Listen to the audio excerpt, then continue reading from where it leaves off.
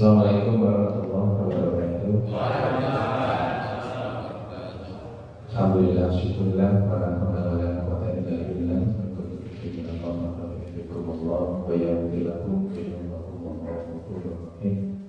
para yang terhormat Ketua Pembinaan Cabang Muhammadiyah Tulangan serta seluruh jajarannya, dan yang terhormat Ketua Pembinaan Cabang Aisyah Tulangan serta jajarannya, seluruh ranting Muhammadiyah maupun Aisyah di PJM Tulangan, PJA Tulangan. Mari kita selalu bersyukur kehadiran Allah Subhanahu wa Ta'ala atas segala nikmat yang sudah Allah berikan kepada kita, terutama nikmat iman, Islam, nikmat waktu, semangat, niat, hingga nikmat sehat, sehingga kita bisa hadir pada kajian pagi ini insyaallah dalam keadaan sehat walafiat. Masih puasa ya? Puasanya yang ketiga berapa ya? 18 ya. Karena kemarin di itu dari hari ini ke 18, insyaallah sisa puasa kita ke depan nanti bisa optimal kita jalankan. Amin. Jadi setelah ini menyampaikan ini yang ngomong keempat ya, satu ya. Memang kalau ngomong empat itu erat dengan diri saya, memang angka 4. 2 kali 4 tahun yang lalu usia saya 44. Catur itu anak keempat. Saya lahir di bulan 4. Anak saya saat ini 4. Istri saya 1.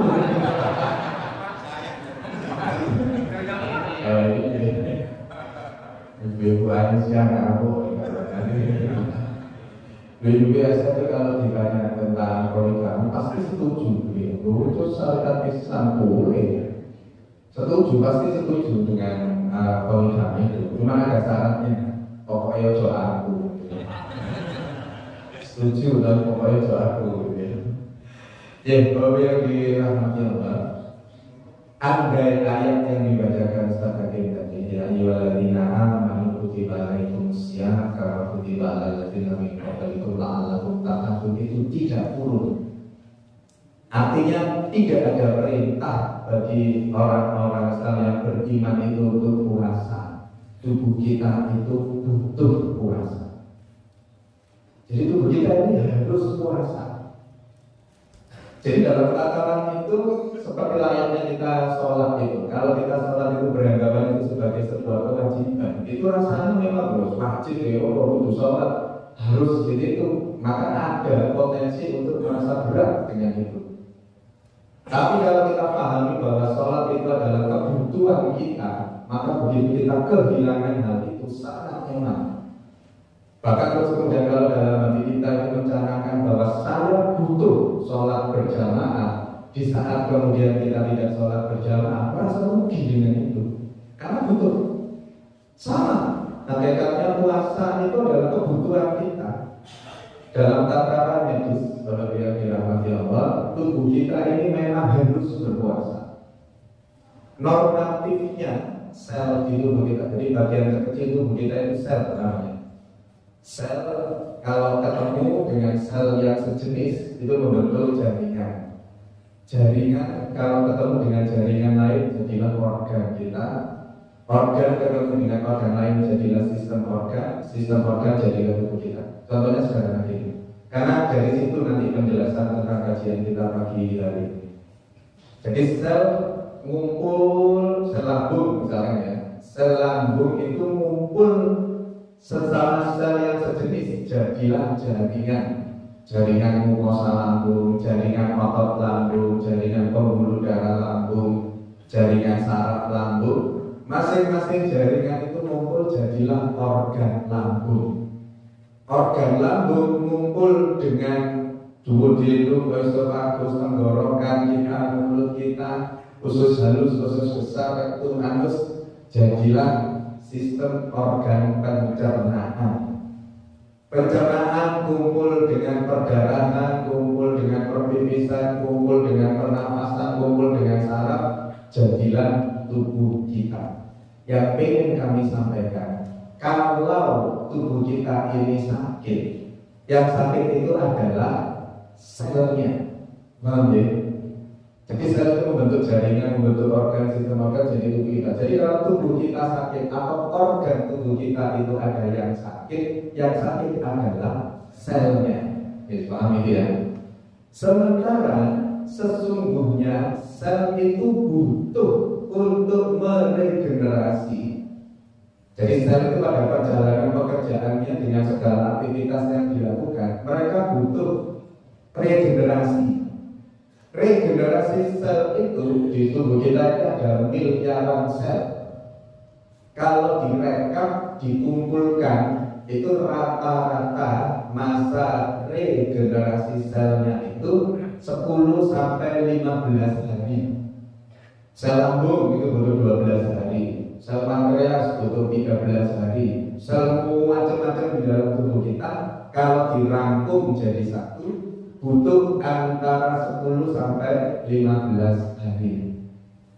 Nilai tengah 10 sampai 15 hari itu berapa? Antara 10 sampai 15. 12 setengah. Nilai tengahnya itu antara 10 sampai 15, 12 setengah.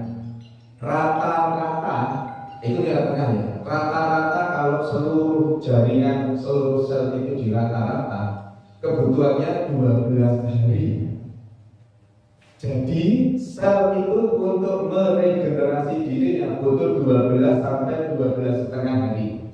12 dari rata-rata, 12 setengah dari nilai tengah antara 10 dan 15.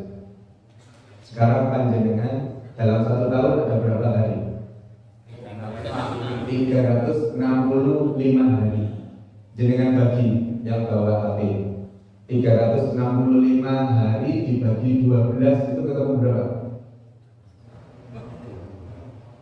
Ada yang bawa HP untuk memastikan hasilnya 365 dibagi 12 30,4. Sekarang bagi 365 dengan 12 setengah.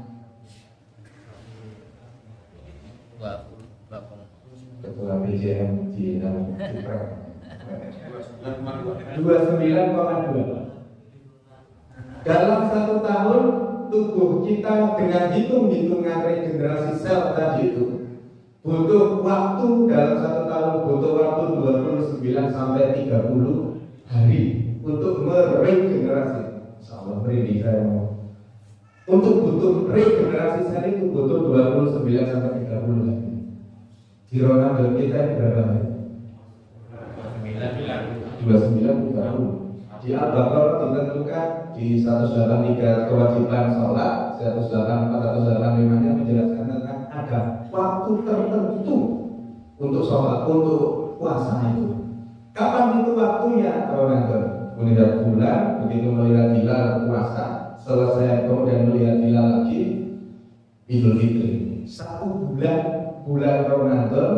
Ternyata kalau dengan berbagai macam penelitian yang ada, kalau urusannya dengan sel tubuh kita itu memang butuh untuk berpuasa berapa lama? 29 sampai 30 hari. Siapa yang gaduh-gaduhkan itu? Jelas segala sesuatunya itu Allah yang kemudian melalui berbagai aspek. Kan kemarin di Quran terkait dengan semua kebenaran hakiki yang ada di Al-Quran itu nanti pada perjalanannya akan terbuktikan dengan berbagai macam bukti-bukti empiris yang ada. Artinya kebenaran Quran itu sudah ada 1400 lebih tahun yang lalu. Penelitian ini memperkuat bukti otentik itu. Di Ar-Rahman ada laut yang kemudian terpisah sama sekali, ya. Ternyata ditemukan. Di Az-Zumar 51 bahwa manusia itu bayi itu di dalam kandungan itu akan ketemu dihabisi oleh 3 kegelapan. 3 kegelapan itu apa saja? Ternyata dari ilmu oksigen, ilmu kandungan, 3 kegelapan yang dimaksud. Yang pertama adalah cairan ketuban, yang kedua rahim si ibu, yang ketiga otot perut si ibu. Kebenaran Al-Quran 1400 tahun yang lalu baru kemudian bisa dibuktikan dengan adanya ilmu pengetahuan tentang kedokteran dalam konteks ini. Begitu juga dengan ilmu alam, begitu juga dengan fisika, kimia atau apapun ilmu-ilmu yang berkembang itu nanti pasti ketemu dengan kebenaran Al-Quran itu. Jadi puasa yang 1 bulan sudah ditentukan waktunya itu bukan tanpa embel-embel apapun. Itu menunjukkan bahwa kebutuhan manusia untuk berpuasa ya memang 1 bulan dalam 1 tahun. Andai boleh istirahat itu tadi 10 sampai 15 hari kita harus istirahat. Istirahat total sudah, selnya beregenerasi. Baru kemudian setelah 1 hari berikutnya kita kerja lagi. Terus 10 hari harus istirahat lagi. Sementara itu tidak terjadi yang dalam kehidupan kita 11 bulan kita terus melakukan aktivitas, maka kemudian Allah memberi tuntunannya dengan kalian harus berpuasa. Kita harus berpuasa. Untuk 1 bulan itu ternyata dalam rangka apa? Untuk mengembalikan performa kita masing-masing supaya menjadi lebih optimal lagi. Jadi butuh kita ini puasa. Bersyukurlah bagi mereka yang kemudian rutin puasa Senin Kamis. Bersyukurlah mereka yang kemudian puasa ayam rutin. Apalagi bersyukurlah kepada mereka yang kemudian rutin puasa ayam. Efeknya di dalam tubuh kita luar biasa, kaitan dengan regenerasi sel itu. Lalu dalam beberapa hari ke depan, 2 hari ke depan kita ketemu dengan potensi untuk Lailatul Qadar di 10 hari terakhir. Pertanyaannya sederhana. Apakah orang-orang yang gedu di 10 hari terakhirlah yang menemukan Lailatul Qadar, dipertemukan Allah dengan malam Lailatul Qadar, atau yang mempersiapkan diri sejak 1 Ramadan? Sejak awal. Yang mempersiapkan diri sejak awal atau yang 10 hari terakhir gedu? Normatif sejak awal. Bisa jadi yang 10 hari terakhir gedu itu atas izin Allah bisa saja dipertemukan. Tetapi secara normatif potensi untuk mendapatkan Lailatul Qadar itu ya bagi mereka yang sejak 1 Ramadan. Bahkan di beberapa hadis disebutkan itu sudah sejak 2 bulan sebelumnya. Jadi sejak Rajab. Rajab itu disebut bulan menanam, Sya'ban disebut bulan menyirami, Ramadan bulan panennya. Apa maknanya? Sejak Rajab kita sudah mempersiapkan diri dengan pola yang ada di Ramadan. Kita sudah mulai puasa, amal ibadah kita sudah mulai meningkat, Sya'ban semakin hebat. Saat Ramadan enteng-enteng saja kita menjalankan semua aktivitas ibadah itu. Mereka yang mempersiapkan diri sejak awal lah yang punya potensi untuk diberi Allah ketemu dengan malam Lailatul Qadar itu. Yang menarik adalah ketika kemudian dikaitkan dengan tubuh kita, ternyata Bapak Ibu dirahmati Allah, tubuh kita ini juga mempersiapkan diri sejak awal. Sejak 1 Ramadan. Dan kita nggak banyak tahu tentang hal itu. Bahwa mereka-mereka yang bersungguh-sungguh puasa Ramadannya itu akan mendapatkan manfaat 10 malam terakhir tubuhnya pada kondisi yang fit, tubuhnya pada kondisi top performance. Bagaimana ceritanya? Penelitian yang dilakukan di Kyoto University di Jepang meneliti tentang sel darah putih. Sel darah putih itu unsur utama dari sistem pertahanan tubuh kita. Jadi tentaranya tubuh kita itu sel darah putih itu. Sel darah putih itu akan tinggi saat tubuh kita diserang oleh penyakit. Terjadi infeksi, dia akan tinggi. Kalau panjenengan periksa darah lengkap, dia periksa laboratorium darah lengkap, yang paling atas itu sel darah putih, leukosit dalam bahasa medisnya. Normalnya 4.000 sampai 11.000. Kalau di atas 11.000 berarti ada sesuatu. Apa sesuatu itu? Paling sering adalah infeksi. Wajar. Misalkan di Sinomadu ini security-nya normalnya antara 4.000 sampai 11.000. Kemudian ada serangan, ada TKA Cina menyerang ke sini. Dengan serangan itu kira-kira security-nya nambah enggak? Nambah, jadi 13.000 untuk melawan serangan TKA Cina itu tadi yang masuk ke Singapura. Nambah. Maka kalau ada kadar sel darah putih yang tinggi lebih dari normal, itu menunjukkan ada infeksi di dalam dirinya, ada serangan yang merugikan dirinya.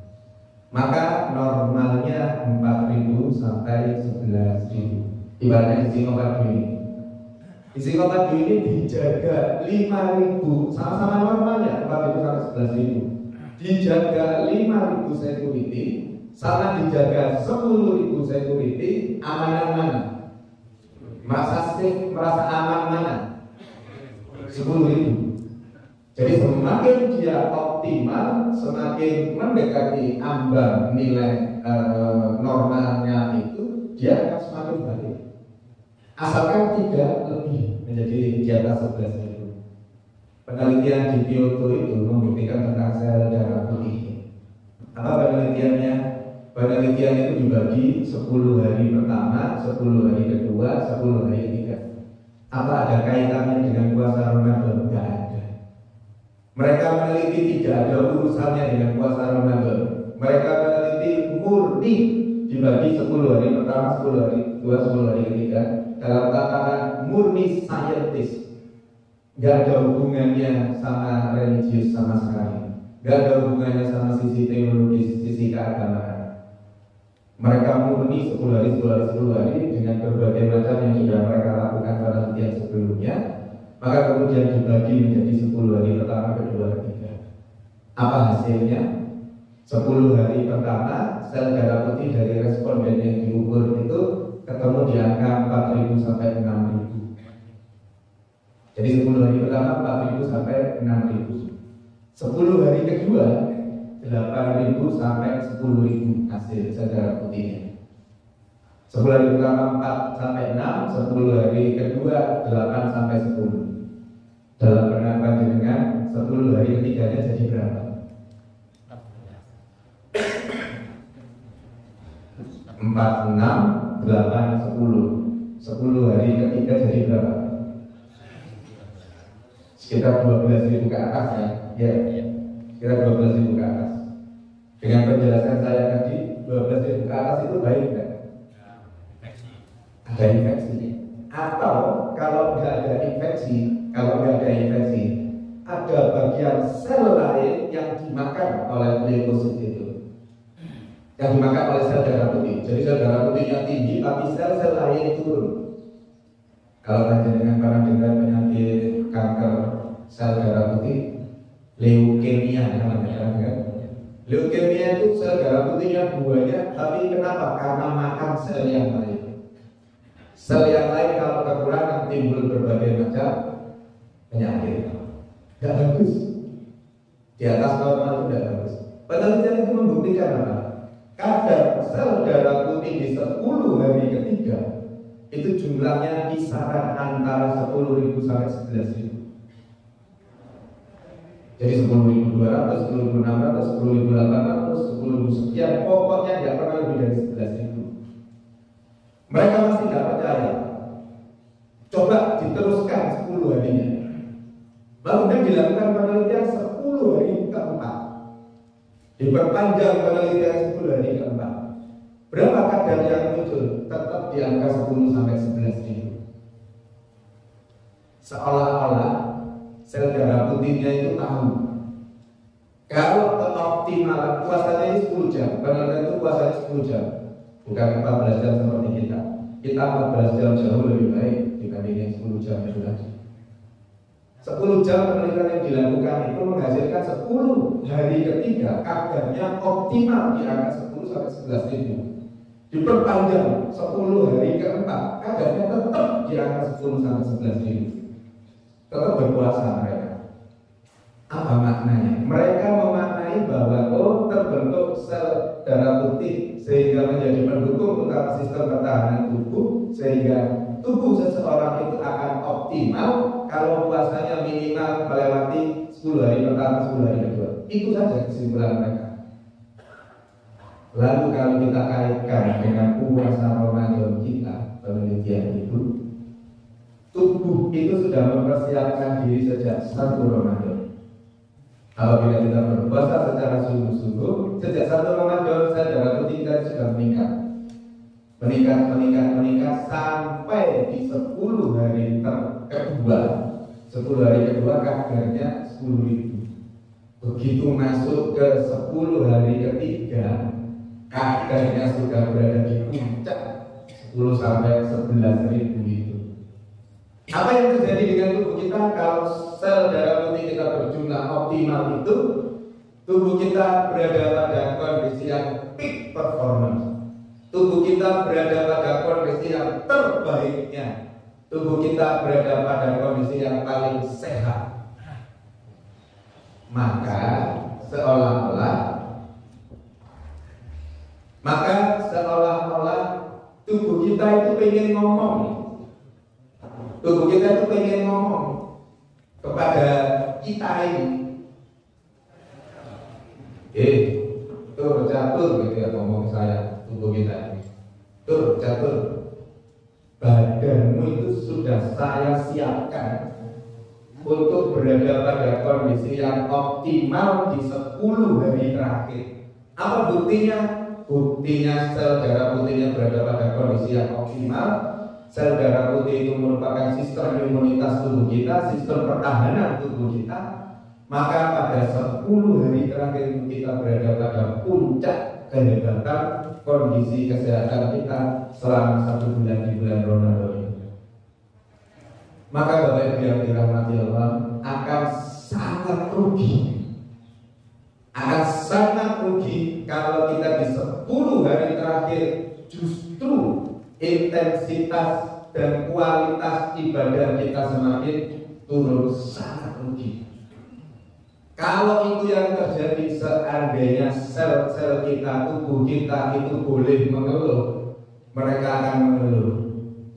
Wis disiap noket 1 Ramadan sampai 20 Ramadan, jeketek 10 hari terakhir kok malah gak pernah sholat, malah gak terawih, ribut naik mall, malah gak sobo masjid, gak iktikaf, malah loro dan seterusnya itu. Andai kalau tubuh kita boleh mengeluh, kalau kita tidak melakukan itu, mereka akan protes. Yang sudah disiapkan sejak hari pertama menjadi muspro ketika kemudian di 10 hari terakhir malah tidak dipakai sama sekali. Maka Bapak Ibu yang dirahmati Allah, mereka dalam konteks berbagai macam hadis Nabi yang menerangkan, kebanyakan menerangkannya itu 10 malam terakhir itu sesungguhnya pas dengan apa yang terjadi di dalam tubuh kita. Karena 10 hari terakhir itu tubuh kita lagi berada di peak performance-nya, lagi berada pada kondisi baik-baiknya. Maka kalau terus kemudian kita menjalankan iktikaf, kita kemudian meningkatkan intensitas dan kualitas ibadah kita, tubuh sudah sangat support, tubuh sudah sangat kuat untuk itu. Jadi mereka sudah siap sejak awal. Insya Allah di 10 hari terakhir tidak akan pernah ada permasalahan terkait dengan kesehatan. Kenapa? Karena tubuhnya sudah mensupport. Tubuh kita ini mendukung kita untuk menghebat ibadah kita itu di 10 hari terakhir. Lalu apa yang sebenarnya terjadi di dalam tubuh kita selain sel darah putih yang meningkat kemudian menjadi sistem pertahanannya kokoh buat tubuh kita? Kalau panjenengan membaca, saya pikir pasti sudah pernah membaca broadcast tentang penelitiannya Prof. Yoshinori. Prof. Yoshinori, yang sebagian lagi pegang HP, coba diketik di Google itu penelitian Prof. Yoshinori tentang puasa. Nanti begitu muncul Prof. Yoshinori, pasti di situ tertulis auto apa tulisannya? Sudah bersih. Nanti tulisannya yang muncul penelitian itu autopagi, autolisis. Ayo sekalian dibuktikan. Karena apa yang saya sampaikan semuanya basicnya adalah basic keilmuan, basic penelitian, yang kemudian itu menjadi bagian dari pembuktian kebenaran-kebenaran yang ada di Al-Quran dan hadis-hadis sahih itu. Sudah ada yang memproses penelitian Profesor Yoshinori dari Jepang. Ketemu nggak? Belum. Ya, dikit salah satu. Nanti penghargaan Nobel kedokteran itu karena penelitian beliau tentang sel yang berkuasa yang kemudian menghasilkan apa yang disebut dengan autofagi dan autolisis. Ya, autofagi dan autolisis. Autofagi. Ya, autofagi itu bahasa medis. Fagi itu artinya makan. Jadi kalau dengan browsing itu cirinya orang diabetes itu ada 3: polifagi, polidipsi, poliuri. Polifagi itu sering makan karena sering merasa lapar. Polidipsi, poliuri itu sering pipis, sering minum. Dan cirinya orang diabetes itu sering makan, sering pipis, sering minum. Nah, pagi itu artinya makan. Autofagi itu artinya otomatis memakan. Autolisis otomatis mencari, lisis itu mencari. Apa yang terjadi? Apa yang dimaksud autofagi, autolisis? Bapak dirahmati Allah. Ibaratnya Masjid Al-Furqan ini isinya 100 orang. Ibaratnya 100 orang. 100 orang itu isi dari sel yang ada di dalam tubuh kita. Jadi satu ruangan ini isinya 100 sel. 100 sel itu bekerja terus yang tadi tidak diberi kesempatan untuk regenerasi. Maka apa yang terjadi? 20-30% selnya itu akan mengalami kerusakan. Jadi 100 sel yang rusak sekitar 20-30 sel. Kenapa sel yang rusak ini kok gak mati? Karena terus mendapatkan asupan makanan. Makanannya dari luar yang kita makan, maka dia dapat makan lagi. Mau namanya parasit kan begitu. Pada proses sel yang rusak yang tidak mati-mati itu kerjanya tidak optimal, tapi ngetek makan. Jadi sel yang gini, sel yang rusak gini, tapi tidak mati. Tanda kutip dia membebani sel yang optimal, sel yang utuh, dia membebani. Begitu kemudian puasanya produksi hari penelitiannya sudah dijawab. Begitu dia puasa, nggak dapat asupan makanan, maka terus kemudian sel-sel yang rusak ini dan sel-sel yang utuh optimal tidak mendapatkan asupan makanan, tidak mendapatkan zat-zat yang dibutuhkan. Apa yang terjadi? Autofagi. Sel yang normal mengkanibal sel yang rusak tadi itu. Jadi sel yang rusak dimakan oleh sel yang normal tadi. Untuk apa? Untuk kelangsungan hidupnya. Ibaratnya yang rusak tadi ini itu kan gaya hidupnya 20%, 30%, 40% kalah sama yang ini. Sementara sel harus hidup. Maka yang terjadi sel-sel yang rusak ini yang tidak punya kemampuan hidup sebenarnya, tapi karena mendapat asupan makanan dia tetap hidup, dimakan oleh sel yang masih sehat. Maka 20 sel tadi itu dimakan oleh sel yang sehat 80%. Tadi kan dalam hitungan 100 tadi itu supaya gampang kita membayangkannya. 100 sel ini 20 selnya rusak, 20 selnya sudah tidak sempurna, tidak optimal, dimakan oleh yang 80 sel itu tadi. Dimakan, ada yang lisis tadi mencari karena sudah ada dapat asupan makan, dia rusak, melebur mencari, dimakan juga oleh yang 80 sel itu. Akhirnya terjadi apa? 80 sel makan yang 20 sel, dimakan habis. Lalu apa yang terjadi kemudian? Karena ruangan ini kapasitasnya 100 sel, apa yang terjadi? Tumbuh sel-sel baru. Tumbuh 20 sel baru dalam contohnya ini tadi.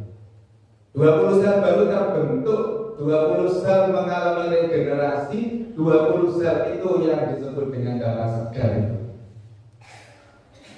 Jadi nanti kalau muscam ada darah segar itu ya kayak gini nih prosesnya. Jadi ada yang muda-muda itu melengkapi yang sudah senior itu, maka komposisi yang seperti itu adalah komposisi yang pas untuk sel ini tadi. Karena 20 selnya menjadi termudahkan, menjadi mudah kembali, yang 80 yang sudah senior itu. Maka wajar kalau terus kemudian tubuh kita ini dengan adanya proses itu, ujung rambut sampai ujung kaki kita akan mengalami proses peremajaan. Jadi kan tidak masih seperti puasa, maka wajahnya terlihat muda terus. Jadi wajahnya muda terus karena pergantian selnya akan terjadi pada orang-orang yang berpuasa, yang ikhlas lillahi ta'ala. Maka sesungguhnya Bapak Ibu yang dirahmati Allah, secara tataran medis, mereka yang mendapatkan Lailatul Qadar adalah mereka yang sudah mempersiapkan diri sejak 1 Ramadan ini. Lah dok, saya kira tanggal 18 lagi aku baru ngerti terus baru siap-siap ya Allah. Bapak Ibu, selalu ada tataran medis, ada tataran biologis. Medis yang dulu mempersiapkan karena kemarin poso nih, pokoknya poso lah nggak bersungguh-sungguh dalam berpuasa, baru sekarang paham, baru sekarang kemudian bersungguh-sungguh, bisa jadi atas izin Allah dalam tataran teologisnya seseorang ini tetap kemudian Allah sehatkan di sisa Ramadan berikutnya ini, kemudian Allah pertemukan dengan Lailatul Qadar. Bisa, sangat bisa atas izin Allah hal itu bisa terjadi. Tapi kalau masih tetap aja hilang pokoknya kosong, wis kewajibannya wis terpenuhi karena tidak minum ya hubungan suami istri sejak subuh sampai maghrib, harus maghrib harus cukup lah aturannya itu, maka teramat enak bagi kita. Maka kalau ngerasa ini di setelah subuh sampai maghrib itu kata tidak puasanya,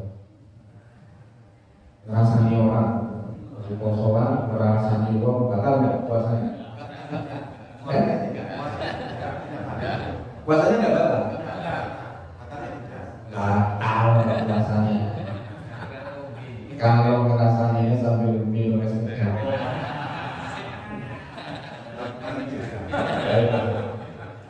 Jangan dipotong ya, batal dibuka terus ujungnya dihilangkan gitu. Wah kena saya nanti ya. Bilang ya batal sambil minum es tegar.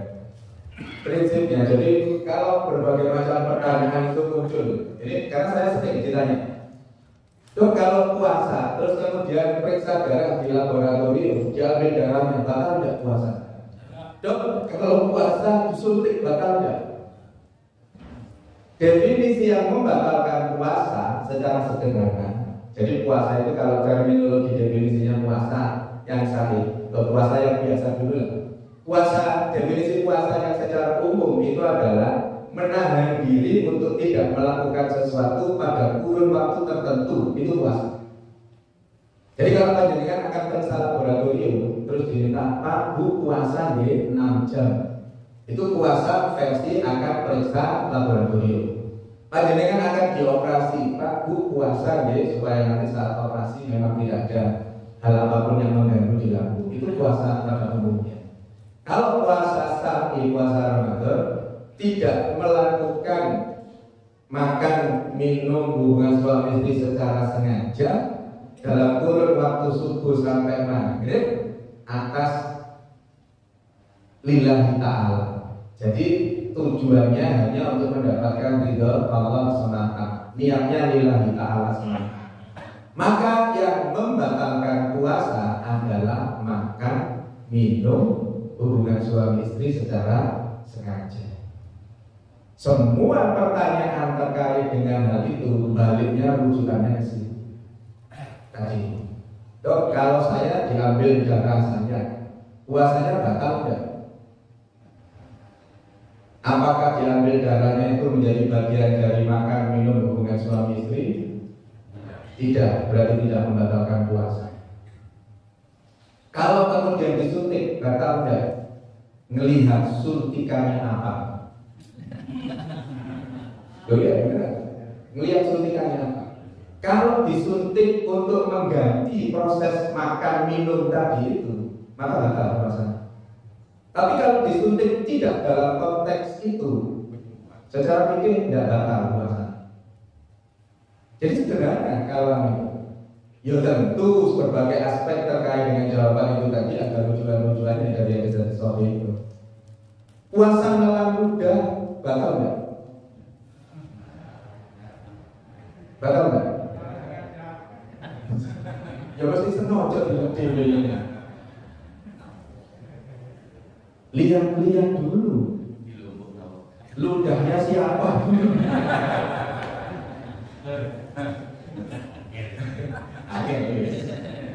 Atau dikumpulkan dulu di gelas enggak? Kalau dikumpulkan dulu di gelas diminum itu batal.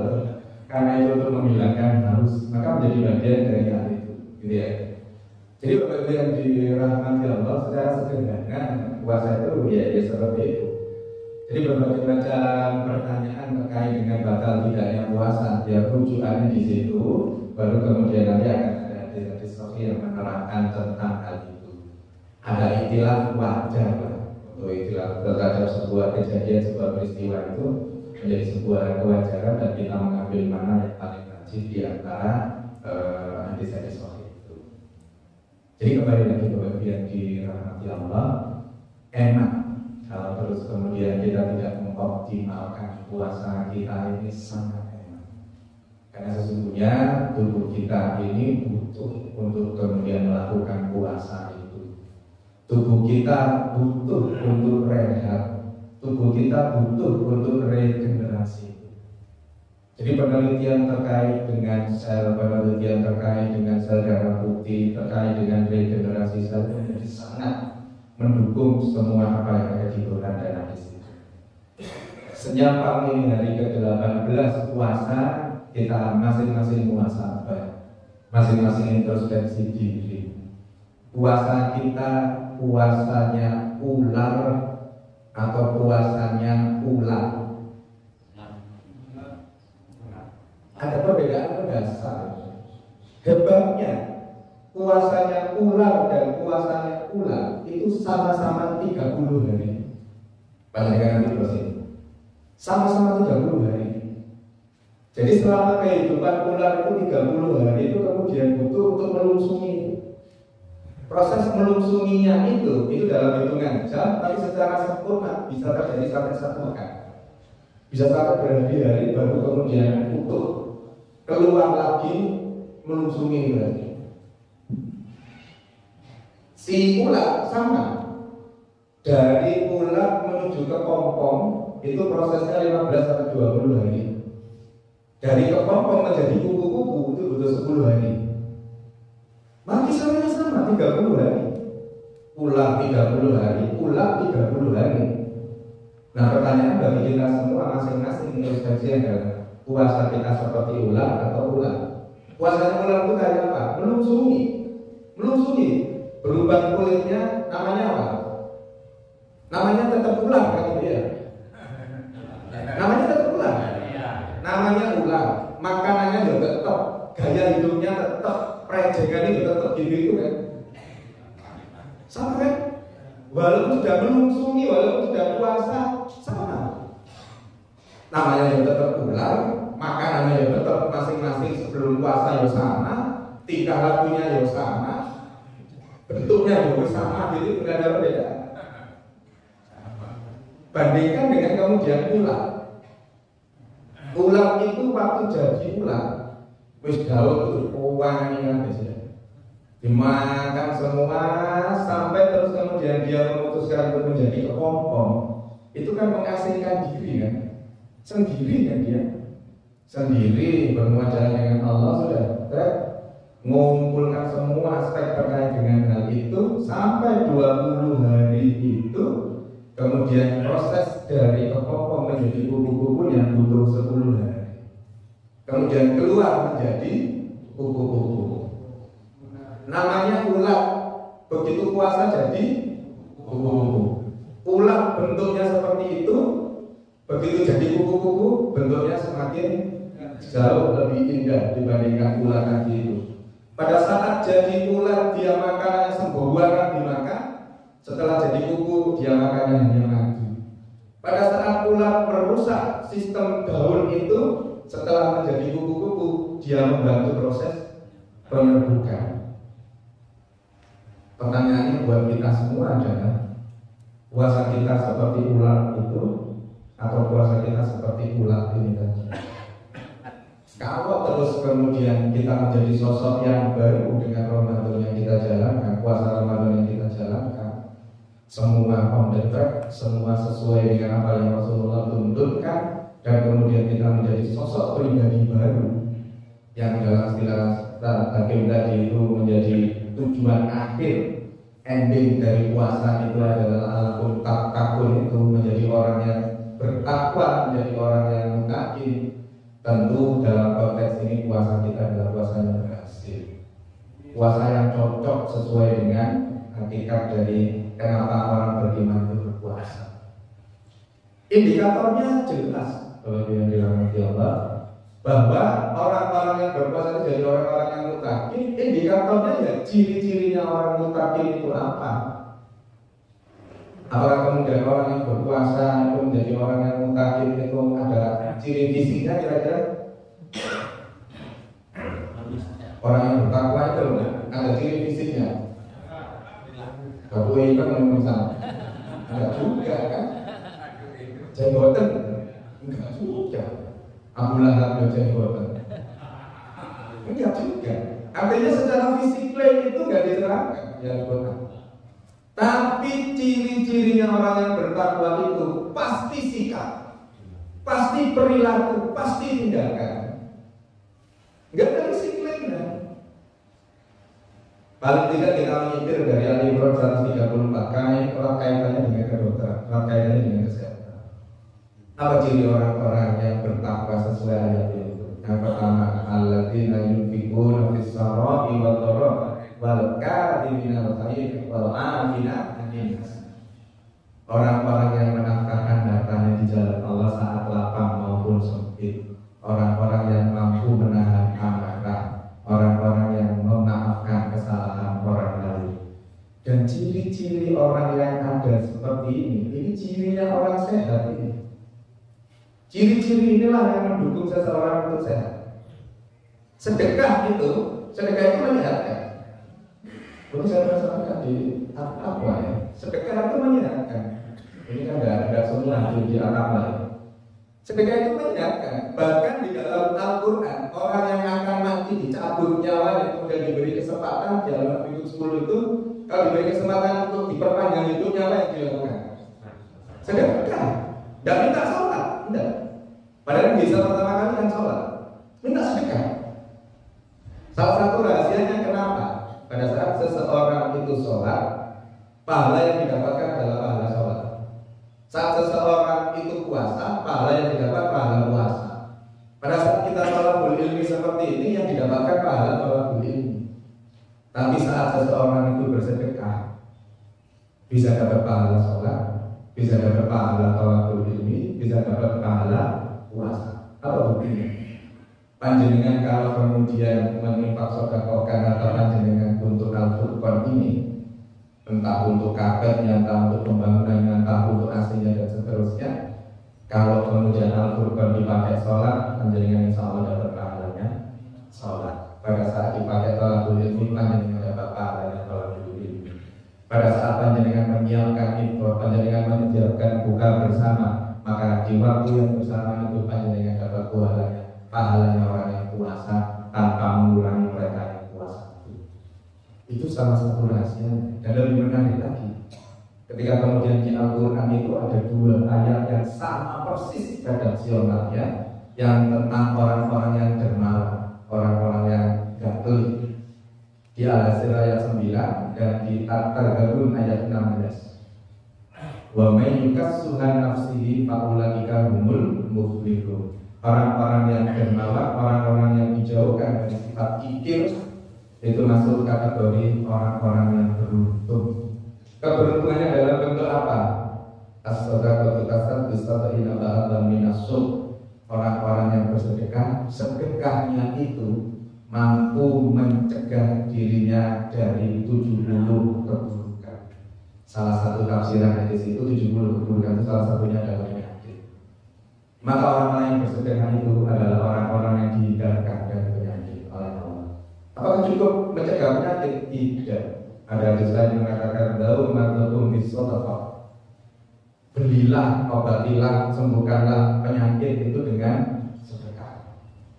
Mekanismenya apa? Banyak mekanismenya. Nanti panjangnya browsing aja. Penelitian yang dilakukan oleh George Moll dari California University meneliti tentang sedekah itu. Intinya sedekah itu mampu mencegah penyakit dan sedekah itu mampu mengobati penyakit. Mekanismenya dengan berbagai mekanisme itu. Prinsipnya orang-orang yang bersedekah secara ikhlas itu akan Allah sehatkan, Allah hindarkan dari penyakit apapun, Allah sembuhkan penyakitnya dengan sedekah itu. Tentu catatannya sedekahnya harus ikhlas lillahi ta'ala. Walaupun banyak tidak apa-apa, yang penting ikhlas. Sebenarnya ikhlas, masalahnya nggak apa-apa. Terus istiqomah, rutin. Jadi tiap subuh 10.000, tiap subuh 10.000 itu jauh lebih baik. Allah sayang dengan itu dibandingkan yang 10.000 tiap hari itu, dibandingkan yang Jumatan sekali tok hari Jumat 5.000, bagusan yang tadi itu. Bagusan tiap subuh 10.000 itu dibandingkan yang Jumatan 5.000. Maka istiqomah. Dulu jelasan tentang sedekah ini yang saya kajian sendiri bahwa memang sedekah itu menyehatkan. Ciri orang bertakwa yang kedua, memaafkan, mampu menahan amanah. Orang ngamuan itu orang yang dekat dengan penyakit itu. Orang ngamuan itu resikonya stroke, ngamuan resikonya darah tinggi, ngamuan resikonya serangan jantung, ngamuan resikonya kena serangan asma dan seterusnya. Dan menarik lagi juga. Ya ayyuhalladzina amanu sta'inu bis-sabri was-shalah. Innallaha ma'as sabirin. Kenapa kok ayat ini nyebutnya sabar dulu baru sholat? Belakangnya komanya Allah membersamai orang yang sabar, bukan membersamai orang yang sholat. Dalam tataran medis yang dirahmati Allah, orang-orang yang sabar itu adalah produk dari orang yang sholatnya benar. Maka pada saat kemudian yang dibersamai Allah orang yang sabar, maka itu pasti sholatnya benar. Maka pertanyaan buat diri kita masing-masing, kita sudah sholat 5 rakaat, 5 waktu itu 17 rakaat itu di masjid terus, berjamaah terus, bahkan sholat 2, sholat sunnah rawatib dilakukan, kok ngamuan? Berarti ada yang salah dengan sholat kita. Karena hasil akhir dari sholat yang baik dan benar itu adalah orang yang sabar. Muhasabah kita masing-masing. Mesti masing salah dengan sholat kita. Kalau terus kemudian kita masih jadi pribadi yang temperamen, pribadi yang pemarah, ada yang salah dengan sholat kita. Dan kita harus benarkan sholat kita ini. Mungkin niatnya, mungkin cara sholatnya, mungkin bacaan-bacaannya, mungkin kekhusyukan sholat kita. Jadi masing-masing dari kita introspeksi untuk mendapatkan sholat yang baik dan benar itu seperti apa. Ciri yang ketiga adalah orang-orang yang memaafkan kesalahan orang lain. Orang salah minta maaf itu biasa. Kalau orang disalahi memberi maaf itu orang yang mutakin. Itu orang yang punya derajat yang lebih tinggi dibanding mereka yang salah minta maaf. Nanti kalau penjelasan tentang istighfar ada lagi kalau yang masih lama. Istighfar itu menyehatkan. Saya tahu sudah tidak ada apa belum. Istighfar itu menyehatkan. Dengan berbagai macam penelitian yang ada, pada saat kita beristighfar astagfirullahaladzim, pada saat itu tubuh kita Allah sehatkan. dengan oksigen yang kemudian melimpah yang masuk ke dalam tubuh kita. Untuk mengerti tentang istighfar dan sedekah nanti mungkin di pertemuan berikutnya kita akan bahas istighfar dan sedekah itu. Tapi secara prinsip istighfar itu menyenangkan. Istighfar itu meminta ampun kepada Allah. Meminta ampun, meminta maaf saja itu menyenangkan kok. Apalagi yang kemudian memberi maaf. Jauh lebih sehat. Maka Bapak Ibu yang dirahmati Allah, bersyukur kalau kita menjadi bagian dari orang yang mudah memberi maaf. Dan amat rugi kita kalau terus kemudian kita menyimpan dosa, menyimpan dendam, menyimpan amarah kepada seseorang karena tidak sanggup memaafkan, terlalu rugi. Pada saat kita ketemu dengan yang bersangkutan luar biasa rodoknya ceritanya. Kalau kan jadinya nggak senang sama Ustaz Hakim sambutan tadi di sini, jenengan terlalu bodoh, lapor sih sambutan barang. Terus suwi bisa sambutan, terlalu bodoh, jenengannya bodoh. Ustaz Hakimnya nyantai aja kan. Ayo bodoh kata batak suwe-suwe ini Ustaz Hakimnya biasa saja, tapi orang yang nggak senang, yang barangkali pernah sakit hati, gitu, terus kemudian tidak bisa memaafkan, Ustaz Hakimnya nyantai, tapi yang bersangkutan kan bodoh. Tekanan darahnya meningkat, jantungnya berdetak lebih cepat, nafasnya mongsong, perutnya mules, hanya melihat sosok Ustaz Hakim saja. Bayangkan, iya nek gak apa-apa, terus orang-orang geblek-blok situ. Ayo. Capek orang yang menyimpan bara di dalam dirinya itu capek yang luar biasa. Panjenengan ibu-ibu ya, kalau terus kemudian pernah nggak dienaki sama tetangganya terus dendam sama tetangganya, capeknya luar biasa. Panjenengan siram-siram di depan rumah gitu ya, siram-siram, terus tetangga yang nggak jenengan seneng itu lipat, duduk gitu ya, terus nyopo jenengan, nyapa, nih siram-siram tak gitu. Kalau yang orang biasa saja, yang gak ada apa-apa yang jenengan yodak ngamuk, yodak dendam sama yang nyapa itu, oh iya nih siram-siram gitu aja. Tapi kalau yang lewat yang nyapa jenengan tadi orang yang jenengan gak senang yang ada dendam itu tadi, siram-siram nih, musuh siram-siram ini takor. Perlu anak ini bukan video siram-siram ini.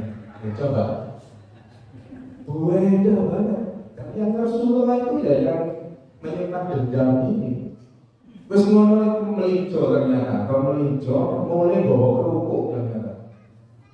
Mulai jenengan yang siram-siram tadi. Jika di kerupuk, nih aku ngerti sampai saya ngambil kerupuk ini kalau tak gawat kerupuk.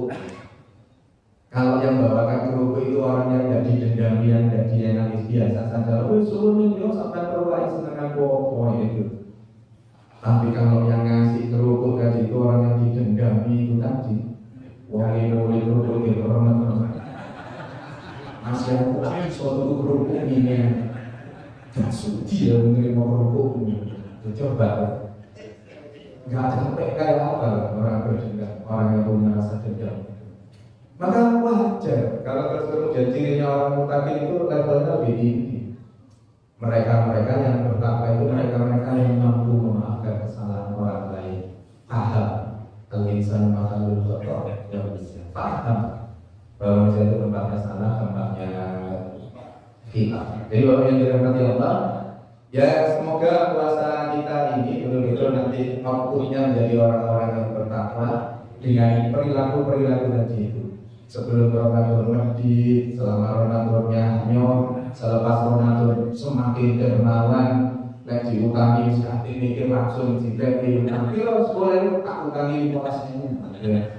Itu berarti cirinya orang yang bertakwa sudah muncul di dalam dirinya. Sekuing ini titik ngamuk, opo-opo tersinggung setelah puasa Ramadan menjadi tertata, selepas puasa Ramadan menjadi pribadi yang tidak gampang marah, sabarnya luar biasa. Insya Allah puasanya berhasil. Bagi mereka yang dulunya pendendam setelah Ramadan, setelah puasa kemudian Ramadan menjadi orang-orang yang pemaaf, insya Allah indikator puasa berhasil dengan dan saya tadi dipeseni pokoknya maksimal 45 menit itu saja. panjenengan yang nggak kerasa, saya yang kerasa. Saya kira itu yang bisa saya sampaikan, insya Allah mudah dicerna. Tetapi itulah kesimpulan bagaimana Quran itu mengatur tubuh kita, bagaimana apa yang ada kebenaran yang ada di Quran dan hadis itu menjadi sesuatu yang memang akhirnya terbukti dengan berbagai macam penelitian. Semoga ada manfaatnya. Mohon maaf kalau ada sesuatu yang kurang berkenan. Nasrul minallah wa fatul karim wa basyiril mu'minin. Wassalamualaikum warahmatullahi wabarakatuh.